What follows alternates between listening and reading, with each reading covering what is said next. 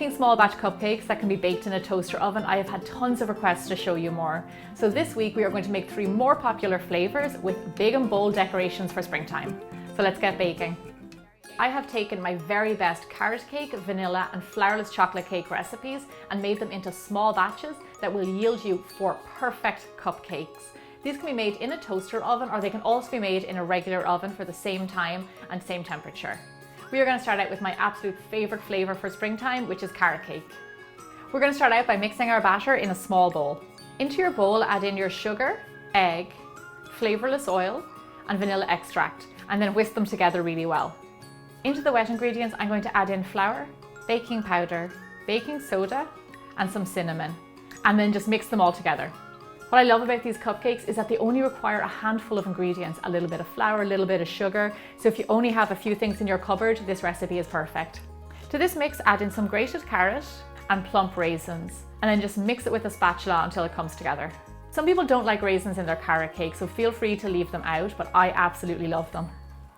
Perfect, only took a few minutes, and these are ready for our cupcake tin. Divide your batter evenly between 4 cupcake wrappers. Now, if you don't have a little tray that'll fit in a toaster oven like I do, you can always put your batter into little small silicone cupcake holders. Okay, in no time at all, we have 4 carrot cake cupcakes ready for the toaster oven.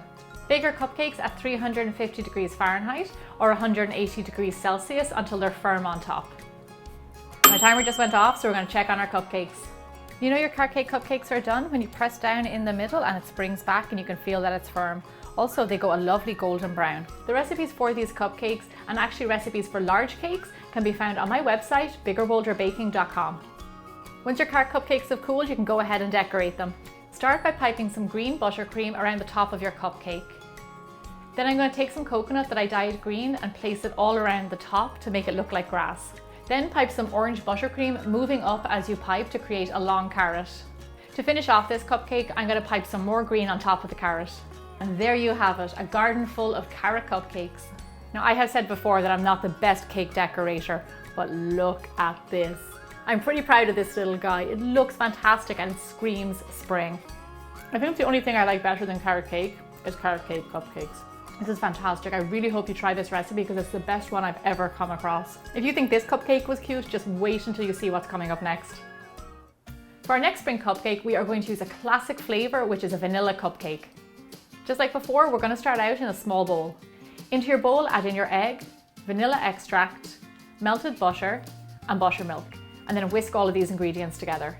If buttermilk isn't available in your country, it is really easy to make, and I put a recipe for it on biggerbolderbaking.com.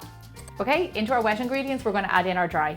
Add in your flour, white sugar, brown sugar, salt, baking powder, and baking soda, and then gently mix these ingredients together until just combined. I like to give my dry ingredients a little bit of a mix together and then fold them into the wet ingredients.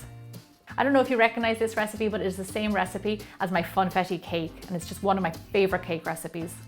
When your batter is mixed, divide it between your cupcake wrappers. You can already tell these are going to make good cupcakes because it already looks like a lovely batter.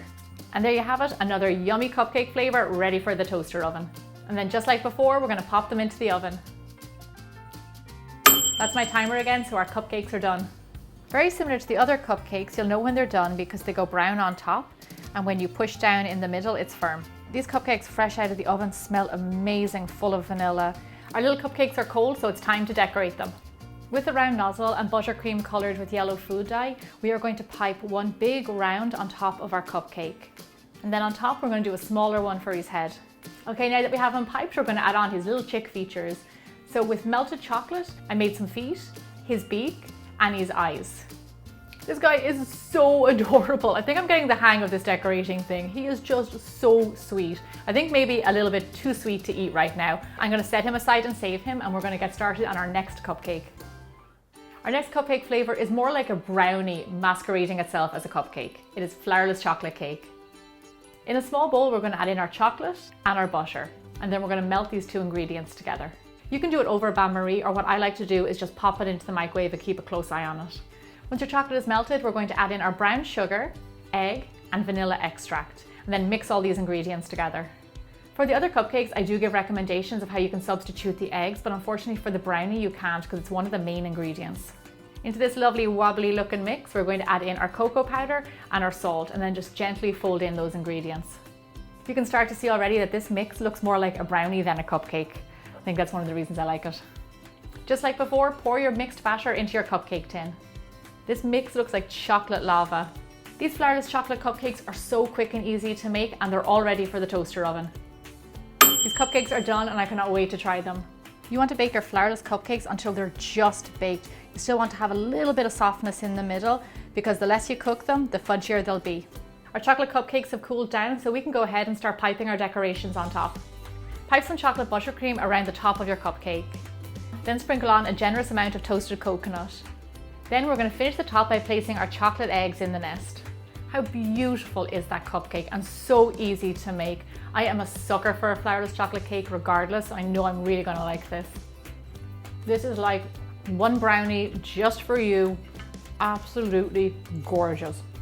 Whether you're a fan of rich chocolate, moist carrot cake, or a good old-fashioned traditional vanilla, there is something here for everybody. For more fun and creative spring and Easter recipes, make sure you head over to my website. Thanks so much for watching, and I'll see you back here next Thursday for more bigger, bolder baking. I can almost hear him talking to me.